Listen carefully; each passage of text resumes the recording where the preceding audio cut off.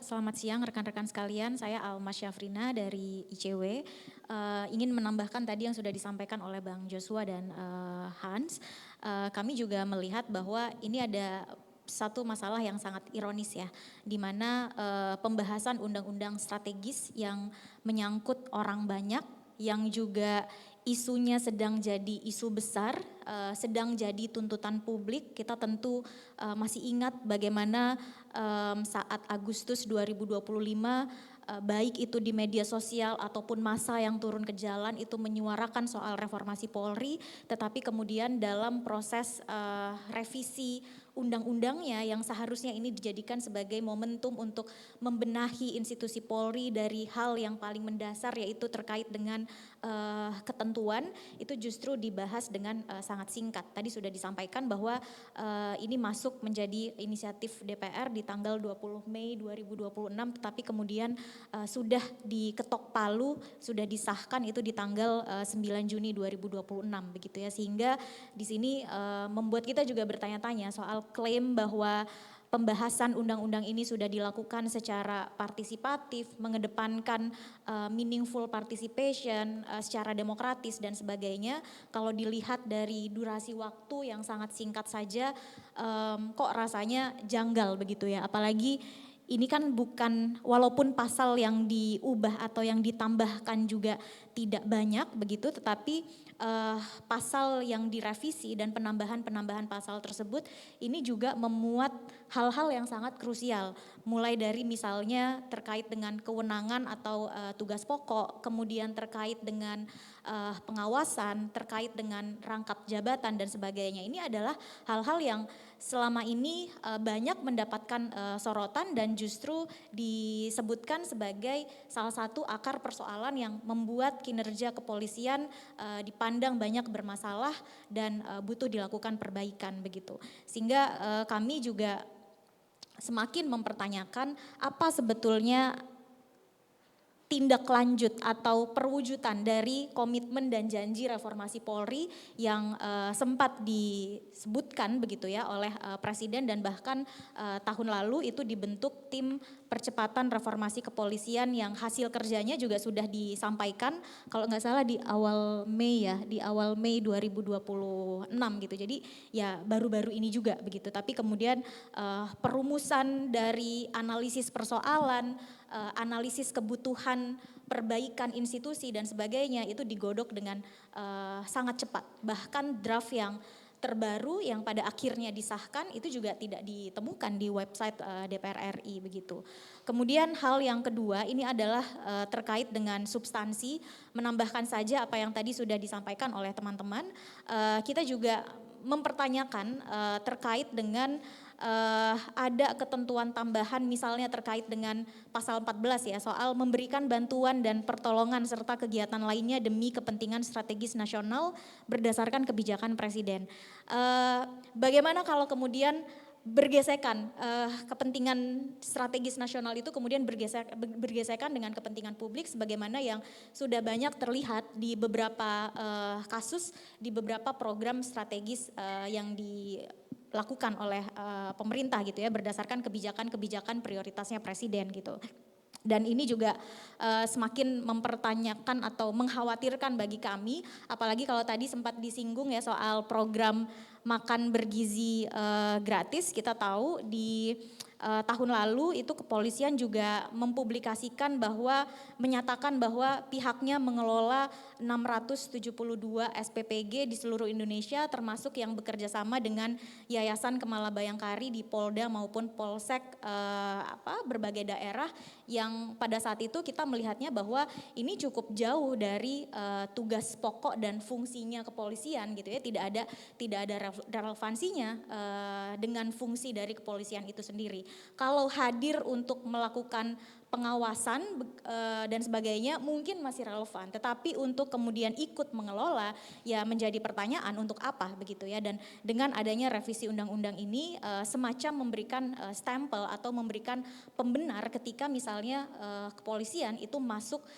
ke arena-arena yang sebetulnya agak jauh dari tugas pokok kepolisian yang diharapkan oleh publik. Kemudian juga misalnya terkait dengan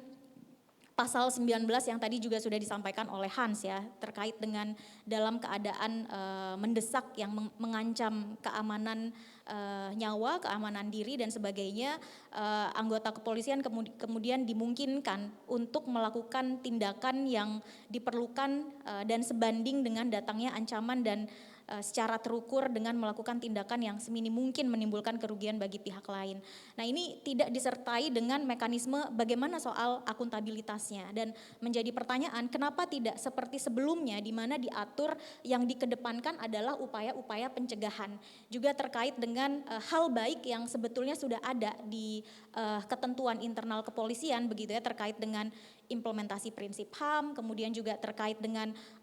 penggunaan kekuatan dan sebagainya begitu, sehingga di sini membuat kami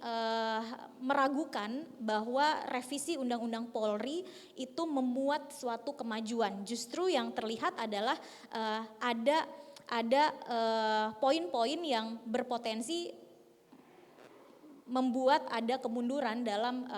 implementasi kerja-kerja kepolisian begitu. Apalagi kalau kita coba refleksi ke belakang, ada cukup banyak begitu ya kekerasan-kekerasan yang dilakukan oleh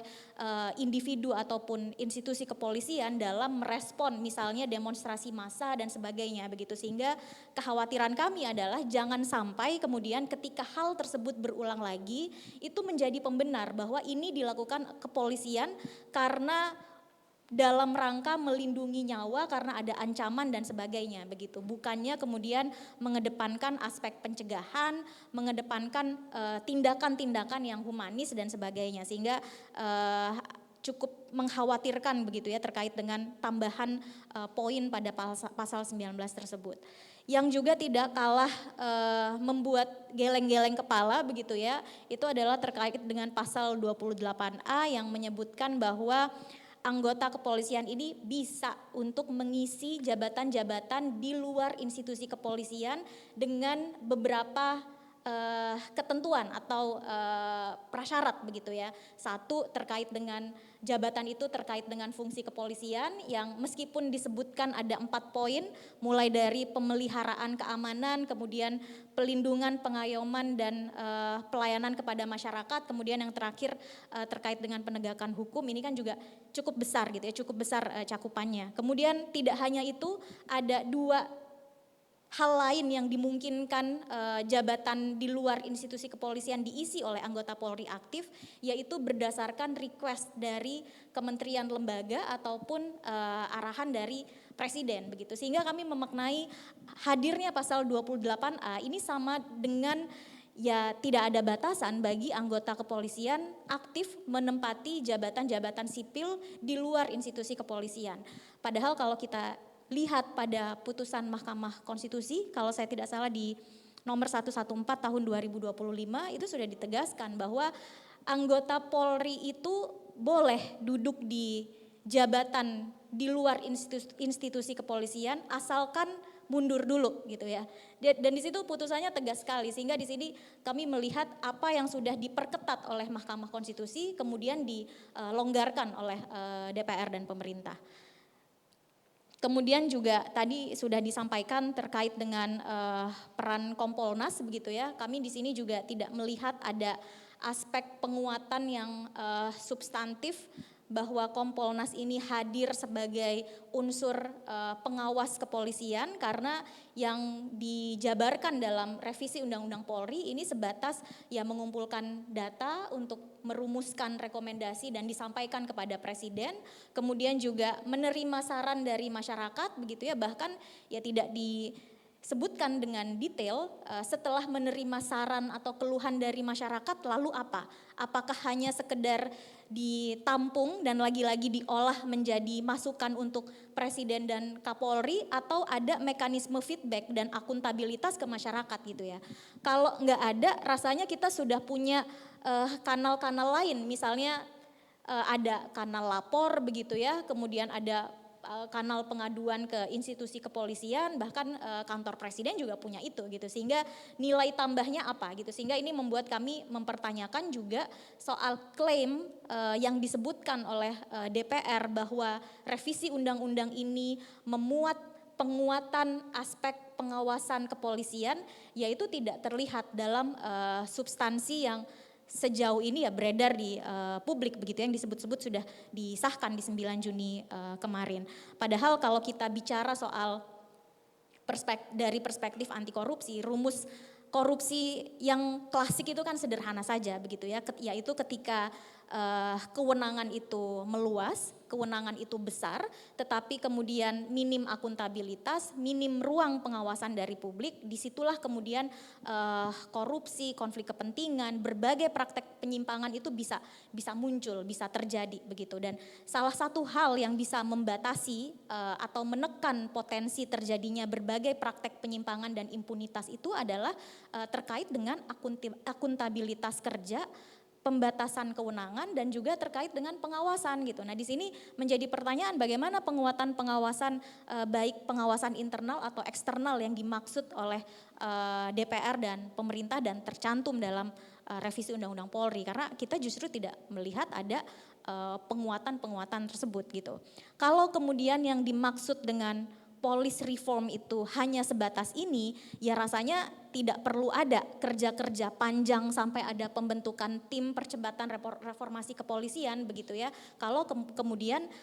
hasil kerja atau adopsi atas hasil kerja dalam revisi Undang-Undang Polri ini juga tidak sesignifikan itu mengubah institusi kepolisian yang kita tahu banyak sekali persoalan dan